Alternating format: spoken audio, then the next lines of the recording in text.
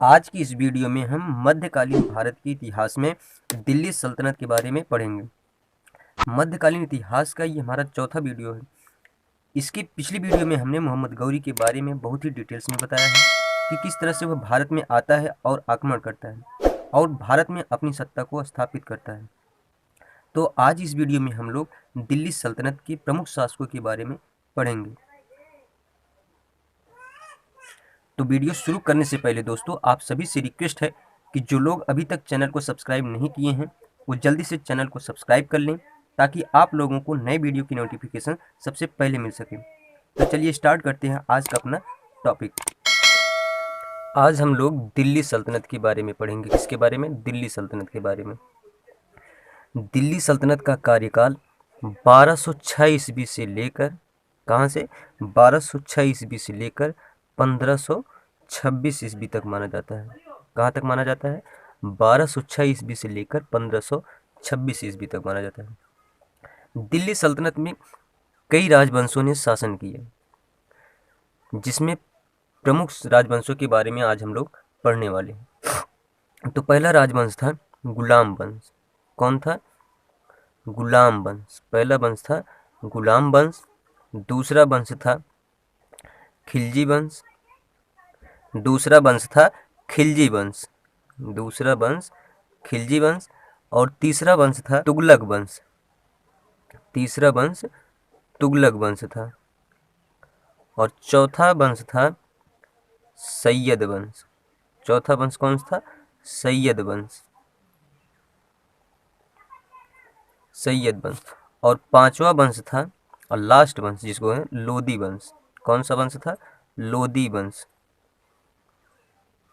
लोदी वंश। पांचवा वंश था लोदी वंश। और इनका कार्यकाल था, गुलाम वंश का कार्यकाल 1206 ईस्वी से लेकर 1290 ईस्वी तक था। 1290 ईस्वी तक। और खिलजी वंश का कार्यकाल 1290 से लेकर 1320 ईस्वी तक। कहाँ से कहाँ तक? 1290 से 1320 ईस्वी तक। और तुगलक वंश का कार्यकाल 1320 ईस्वी से लेकर 1398 ईस्वी तक माना जाता है। 1320 से लेकर 1398 ईस्वी। और सैयद वंश का कार्यकाल 1414 ईस्वी से लेकर 1451 ईस्वी तक। कहाँ से कहाँ तक? 1414 से लेकर 1451 ईस्वी तक। और लोदी वंश का कार्यकाल माना जाता है 1451 ईस्वी से लेकर 1526 ईस्वी तक। तो अब यहाँ से आपसे दो क्वेश्चन पूछे जा सकते हैं, और वो दो क्वेश्चन कौन कौन से हैं तो आइए देखते हैं। नंबर एक है कि सबसे अधिक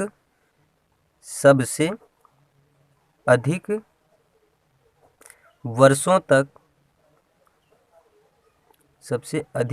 तक किस वंश ने शासन किया? तो इसका उत्तर होगा आपका तुगलक वंश। तो इसका आंसर होगा आपका तुगलक वंश।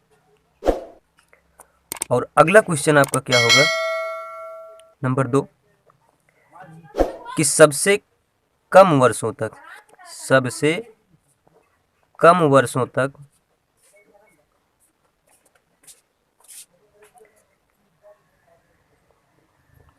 किस वंश ने शासन किया?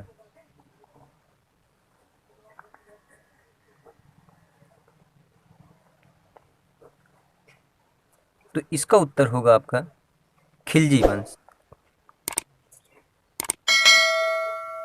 कौन सा वंश? खिलजी वंश। तो आज हम लोग गुलाम वंश के बारे में पढ़ेंगे कि गुलाम वंश में कौन कौन से शासकों ने शासन किया। जिन लोगों ने अभी तक इसकी पिछली वीडियो को नहीं देखा है वो जरूर उस वीडियो को एक बार जाकर जरूर देखें। इससे आपको क्या होगा कि आपको समझने में आसानी होगी। और उन सभी वीडियो का लिंक डिस्क्रिप्शन बॉक्स में नीचे दिया गया है, तो एक बार आप लोग ज़रूर उस वीडियो को देखें। तो आज की अगली हेडिंग हमारी होगी गुलाम वंश। तो चलिए हेडिंग डालिए, अगली हेडिंग गुलाम वंश। हमारी अगली हेडिंग होगी गुलाम वंश। अगली हेडिंग हमारी कौन सी होगी? गुलाम वंश। हेडिंग डालिए गुलाम वंश। और इसका कार्यकाल कहाँ से कहाँ तक है? 1206 ईस्वी से लेकर 1290 ईस्वी तक। कहाँ से कहाँ तक? 1206 से लेकर 1290 ईस्वी तक। और इस वीडियो में हम लोग गुलाम वंश के केवल प्रमुख शासकों के बारे में ही पढ़ेंगे जिनसे परीक्षा में प्रश्न पूछे जाते हैं। आज हम उसी के बारे में पढ़ेंगे। तो आइए देखते हैं कि वो प्रमुख शासक कौन कौन से थे।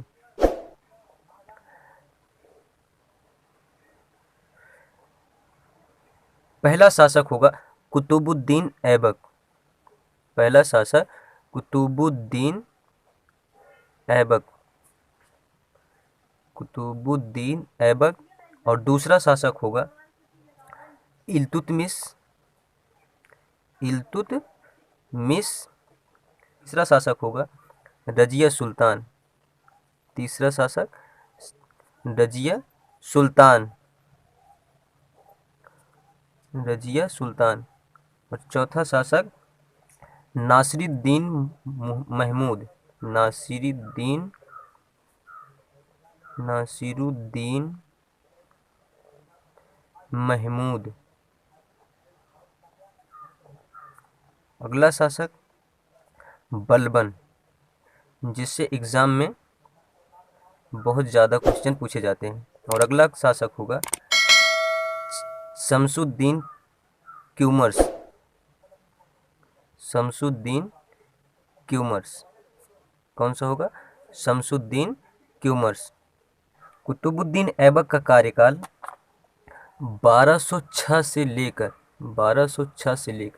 1210 ईस्वी तक था। कहाँ से कहाँ तक? 1206 से 1210। और इल्तुतमिश का कार्यकाल 1210 ईस्वी से लेकर 1236 ईस्वी तक। 1236 ईस्वी तक। और रजिया सुल्तान का कार्यकाल 1236 से लेकर 1240 ईस्वी तक था। और नासिरुद्दीन महमूद का कार्यकाल 1246 ईस्वी से लेकर 1265 ईस्वी तक।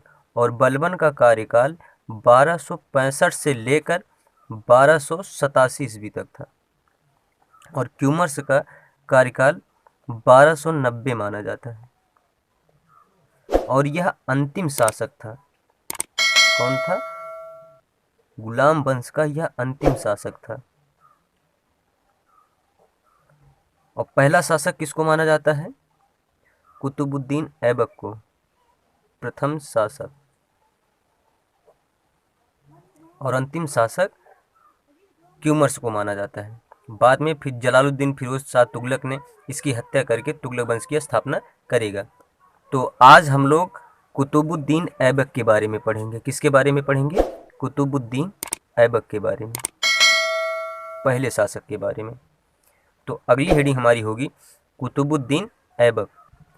अगली हेडिंग हमारी होगी कुतुबुद्दीन ऐबक, जिसका कार्यकाल 1206 ईस्वी से लेकर 1210 ईस्वी तक माना जाता है। कुतुबुद्दीन ऐबक के बारे में कुछ पॉइंट नोट करिए। पहला पॉइंट है, इसने ही गुलाम वंश की स्थापना की। इसने ही गुलाम वंश की स्थापना की।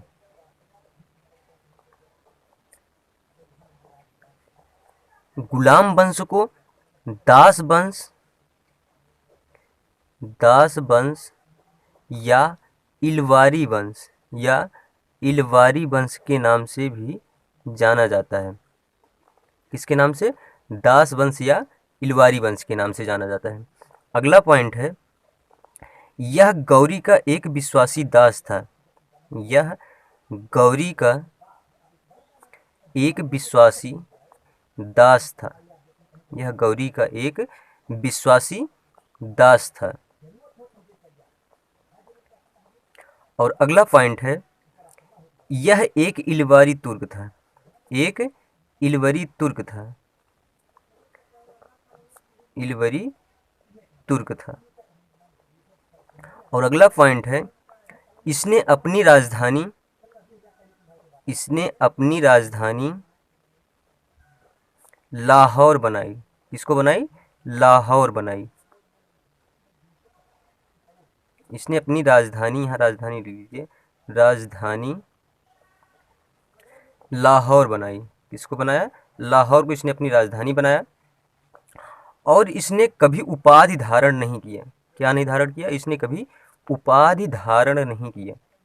कुतुबुद्दीन ऐबक ने कभी उपाधि धारण नहीं किया।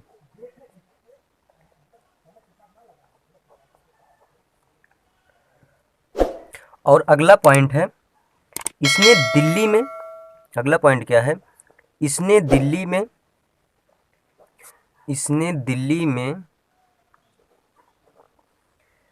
दिल्ली में कुव्वत उल इस्लाम, कुव्वत उल इस्लाम, कुव्वत उल इस्लाम मस्जिद का निर्माण करवाया। इसका निर्माण कराया? कुव्वत उल इस्लाम मस्जिद का निर्माण करवाया।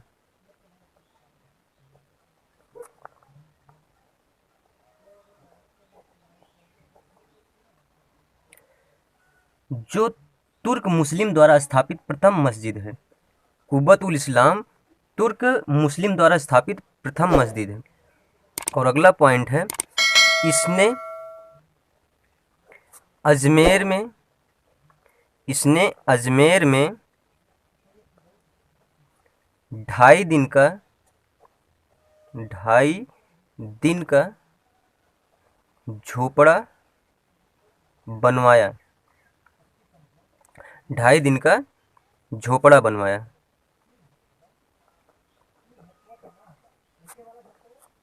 क्या बनवाया? 2.5 दिन का अजमेर में झोपड़ा बनवाया।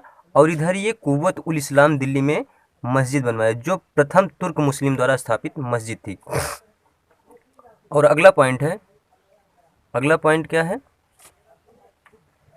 अगला पॉइंट है, इसने कुतुब मीनार की नींव डाली। इसने कुतुब मीनार की, कुतुब मीनार की,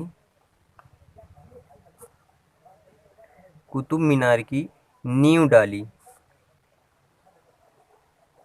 लेकिन कुतुब मीनार को पूर्ण किसने करवाया? तो इल्तुतमिश ने करवाया। किसने करवाया? इल्तुतमिश ने पूर्ण करवाया इसको, इल्तुतमिश ने पूरा किया।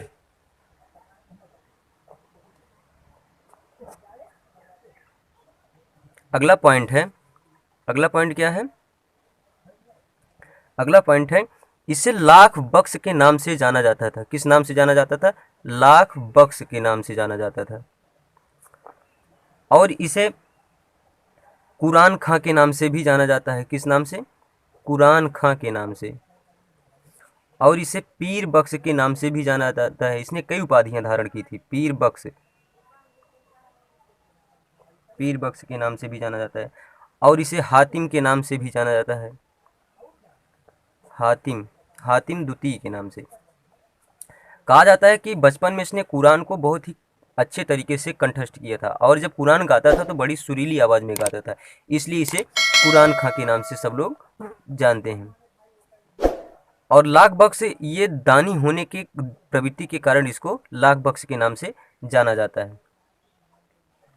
और अगला पॉइंट इसका है, 1210 ईस्वी में, 1210 ईस्वी में चौगान, 1210 ईस्वी में चौगान या आधुनिक पोलो जिसको बोला जाता है, खेलते समय,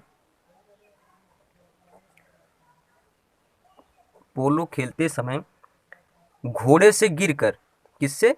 घोड़े से गिरकर, घोड़े से गिरकर इसकी मृत्यु हो जाती है, गिरकर मृत्यु हो जाती है इसकी।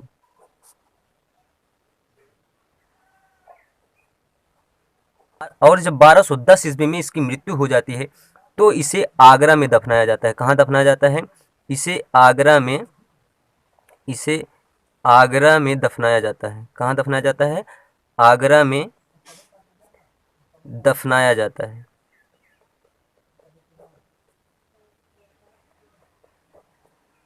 इस तरीके से हमने देखा कि कुतुबुद्दीन ऐबक ने 1206 ईस्वी से लेकर 1210 ईस्वी तक शासन किया। और जब 1210 ईस्वी में कुतुबुद्दीन ऐबक की मृत्यु हो जाती है तो इसके बाद इसका पुत्र आराम शाह गद्दी पर बैठता है। लेकिन 1210 में ही इल्तुतमिश आराम शाह की हत्या करके इल्तुतमिश शासक बन जाता है।